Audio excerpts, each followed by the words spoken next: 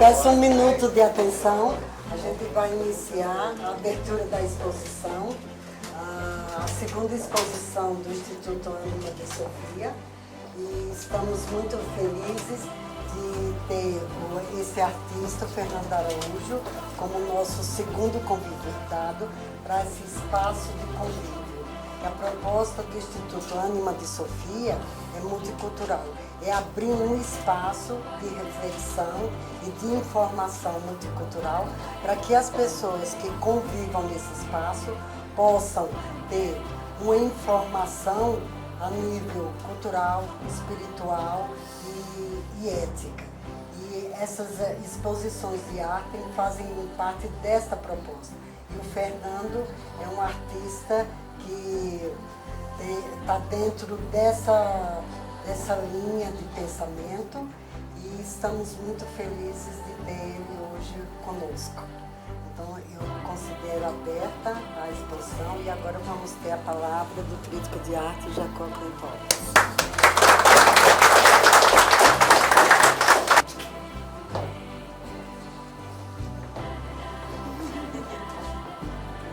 Meus caros amigos, eu fico muito contente de estar com vocês agora, olhando, contemplando e convivendo com a obra do pintor Fernando Araújo,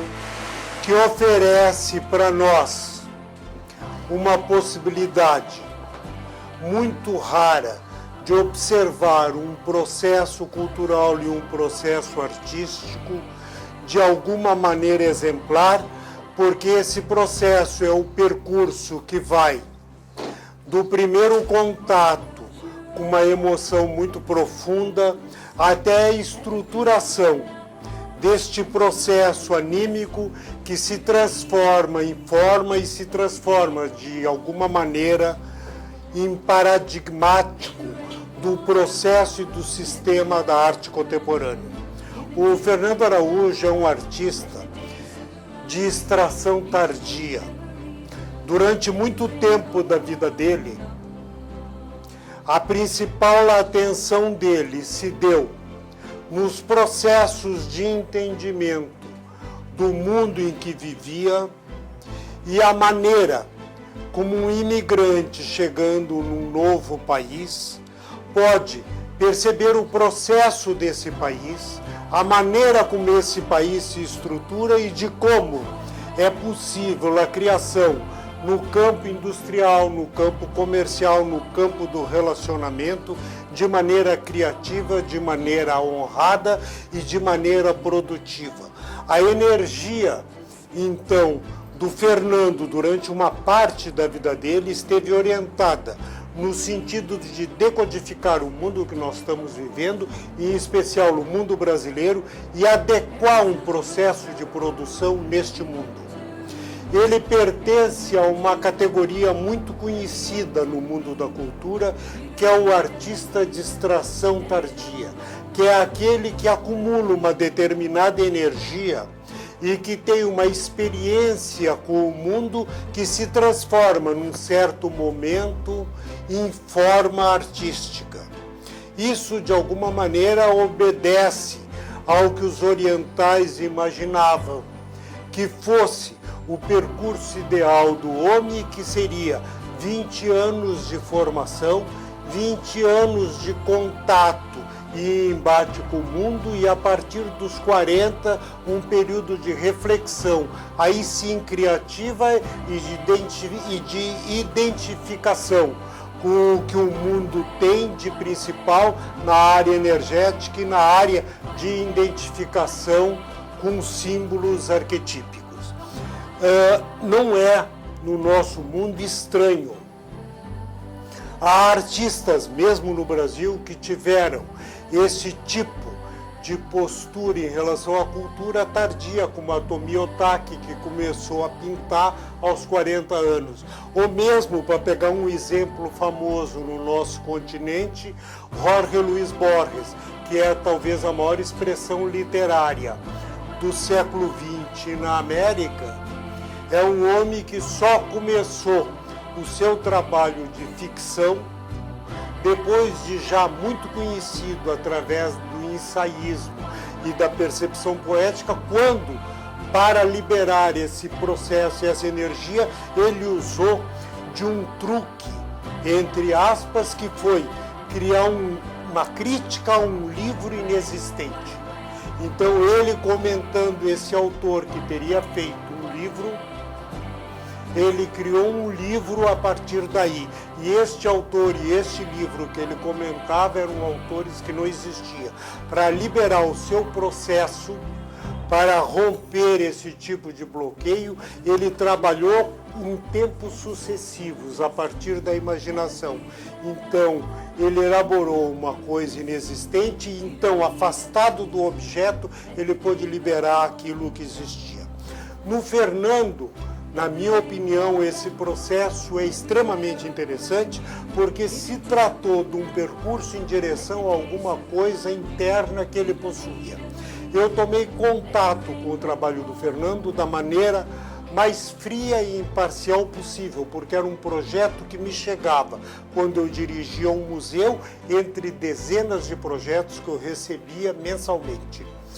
Eu levei algum tempo, que às vezes para o artista é um período de angústia, mas que para mim é um período necessário de amadurecimento e de análise do trabalho e de cotejamento desse trabalho com outros trabalhos.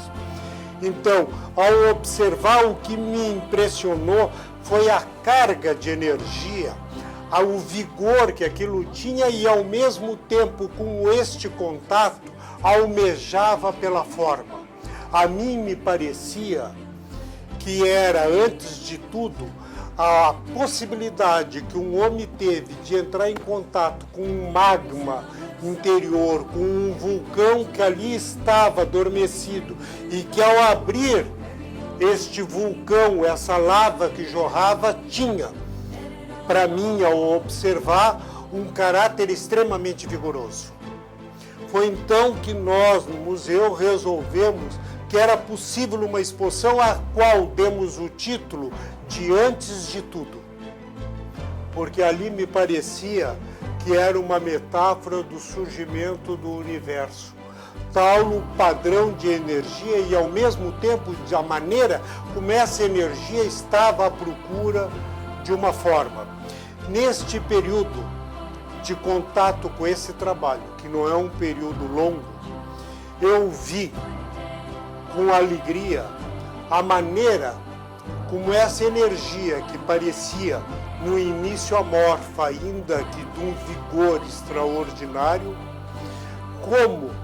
este fluxo energético foi se transformando paulatinamente num controle da forma, num adquirir, organizar e demonstrar ritmos que se tornavam sucessivos na medida que estabeleciam tempos variados para a pintura e, ao mesmo tempo, com a cor que era, antes de tudo, na primeira exposição, uma manifestação humana, uma manifestação de energia, uma manifestação de reconhecimento de si mesmo, mas ainda assim aquém, na minha opinião, do processo da arte, como ela se transformava, então, numa forma que tivesse um caráter universal, porque era capaz de conter em si signos e símbolos da linguagem que fossem, então, comuns a todas as pessoas. Comum a todas as pessoas não significa em nenhum momento, em nenhuma medida, que seja acessível a qualquer pessoa, porque essa não é uma função da arte, a de ser acessível. A função da arte é se tornar possível de ser acessível àqueles que querem chegar até ela. Não é nunca a proposta do rebaixamento da linguagem para se tornar, então, conhecido num processo que seria um processo demagógico e de concessão tão comum em alguns lugares de regime totalitário, que pretende que o estar universal é estar abaixo do padrão máximo de linguagem possível. A proposta da arte, ao contrário, é sempre de potencializar a forma para que ela contenha em si não só as manifestações e o caráter do ser humano, como seja ela também um objeto de conquista, e que a pessoa conquista o acesso a essa forma da mesma maneira que o artista também conquista. Um processo, um percurso paulatino de desenvolvimento no qual o primeiro passo é o reconhecimento de si mesmo. Eu penso então que nesse momento nós assistimos esse processo, que é um processo comovente, que é o processo de conquista da forma, o processo de conhecimento de si mesmo e o processo que me parece muito importante de renúncia, porque ao estabelecer que o objetivo é a criação de uma forma, é a criação de um tipo de ritmo, um tipo de proposta, um tipo de imagem que está acima, aquém e além de si mesmo, é para o artista um processo de renúncia ao seu ego, porque aquilo é maior que ele e ele, antes de tudo, é um sacerdote de si mesmo, onde ele busca permanentemente a conquista do que seria a sua verdadeira identidade, que é maior do que o reconhecimento social, que é maior que o contato e que é maior, inclusive, da autossatisfação, porque como esse processo é um processo que não tem fim, é um processo que se torna permanentemente um dever, e o conhecimento e a forma, do ponto de vista do absoluto, são inacessíveis ao ser humano, é sempre uma aproximação entre o que o artista percebe, a sua intuição, e o que a ação humana pode fazer. Essa diferença, esse gap que existe entre a intuição e a ação humana é, na verdade, o grande e o verdadeiro motivo de estímulo do artista, que é perceber não o seu sucesso, mas o seu fracasso em relação ao que ele intuiu e ao que ele é capaz de fazer. A percepção da sua intuição, daquilo que ele percebeu no mundo e da insatisfatória realização humana. Então, a percepção da sua fragilidade é, nos grandes artistas, o grande estímulo de ação,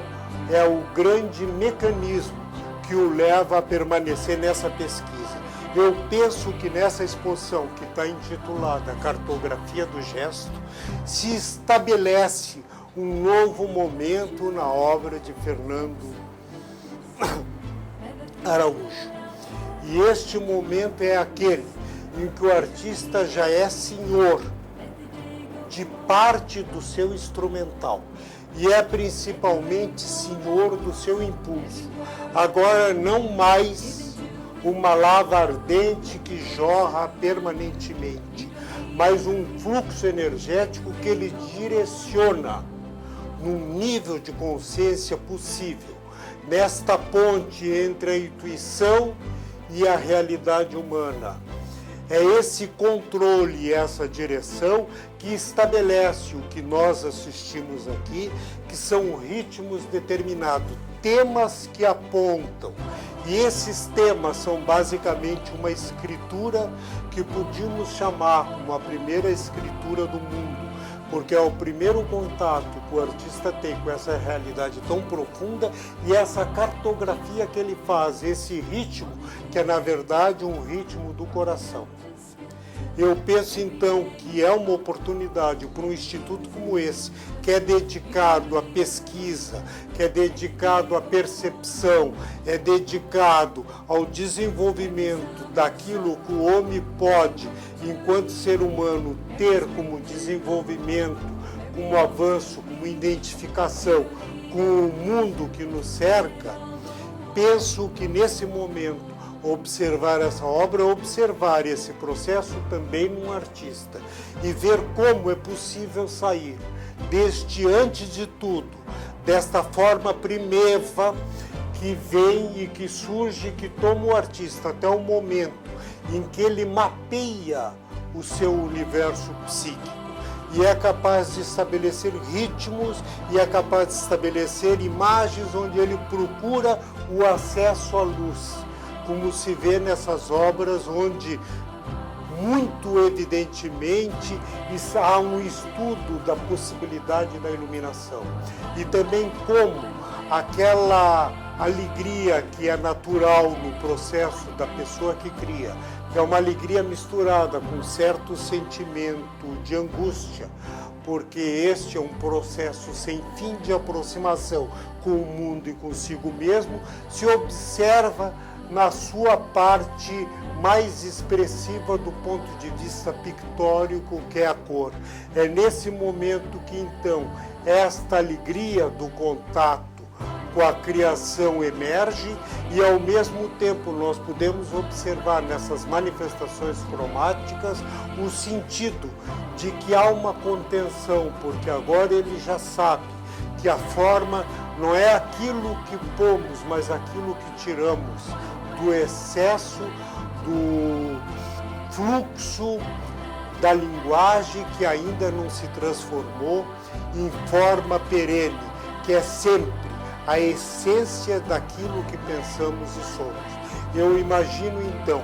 que o contato com essa obra, pelo que ela oferece de percurso, pelo que ela manifesta, dessa energia que agora se põe sobre um controle maior da intuição e da percepção e do serviço, a arte que é a função do artista, é para nós uma coisa muito rica, um contato muito interessante e que de alguma maneira, e de uma maneira até muito clara, está de acordo com o tipo de pesquisa, com o tipo de proposta que este Instituto oferece a todos. Muito obrigado.